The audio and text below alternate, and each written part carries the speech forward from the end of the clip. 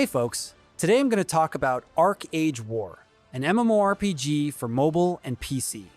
The game is developed by XL Games itself, the studio known for ArcheAge, a PC MMORPG that was released in 2013 and will be shut down in 2025.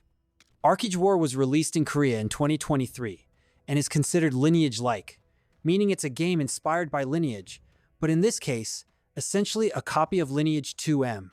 And I'm not the only one saying this. The developer of Lineage, NCSoft, is suing for plagiarism.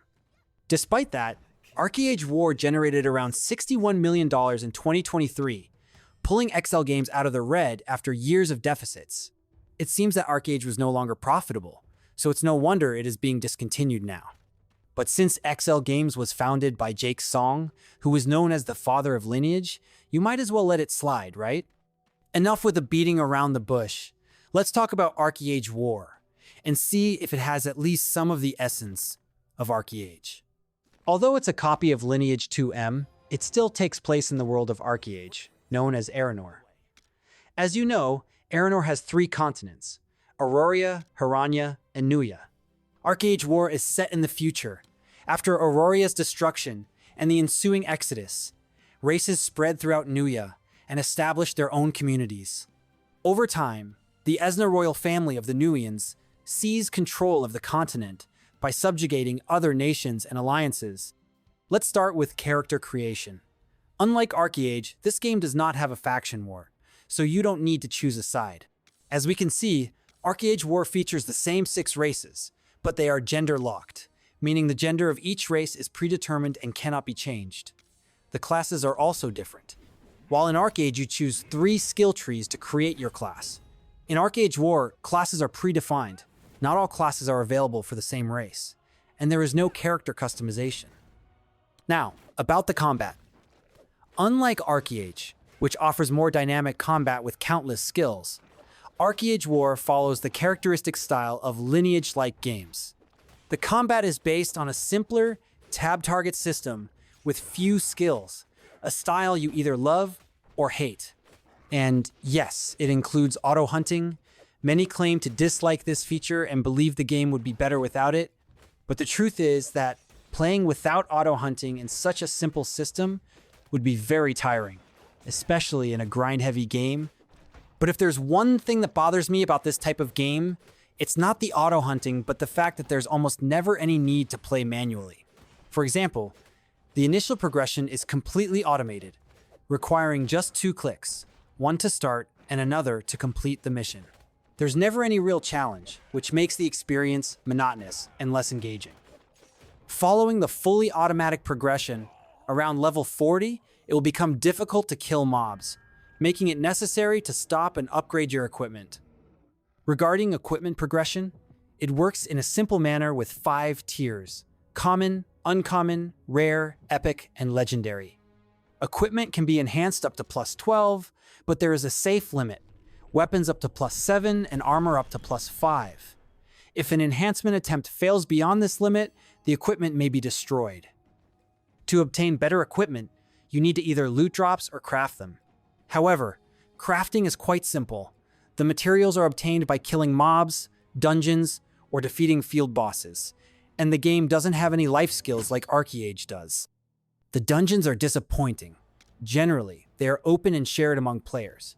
They have daily or weekly time limits and contain only mobs, with some featuring bosses that must be contested with other players. In other words, they are just another place for automatic grinding without any challenge. But of course, the best way to progress is with money. Because, let's be honest, who needs grind when your wallet is doing all the heavy lifting, right? The monetization and pay-to-win aspects of ArcheAge were never a problem for me, even though many claim that's what killed the game. But in ArcheAge War, things are on a whole different level. Those who spend tons of money become gods compared to free-to-play players. And of course, we have the dreaded pay-to-win gacha.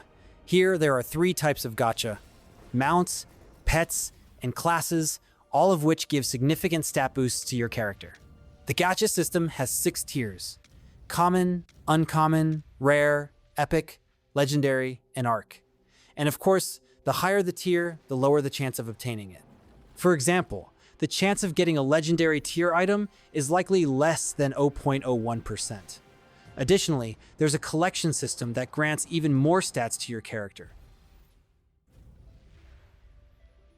The class gacha is the weirdest. You might end up with a class that's not the one you chose. Guess what? That's what happened to me. I got an epic mage class, but I'm a warrior. Of course, they give you the option to exchange it for about $15. The highest tier is the Arc, which not only provides 3 extra passive abilities, but also grants an additional active skill. To obtain it, you need to combine 4 identical legendary tiers. And no, the combination is not guaranteed. If you want to try, you better prepare to spend tens of thousands of dollars. The good news? It works for all classes.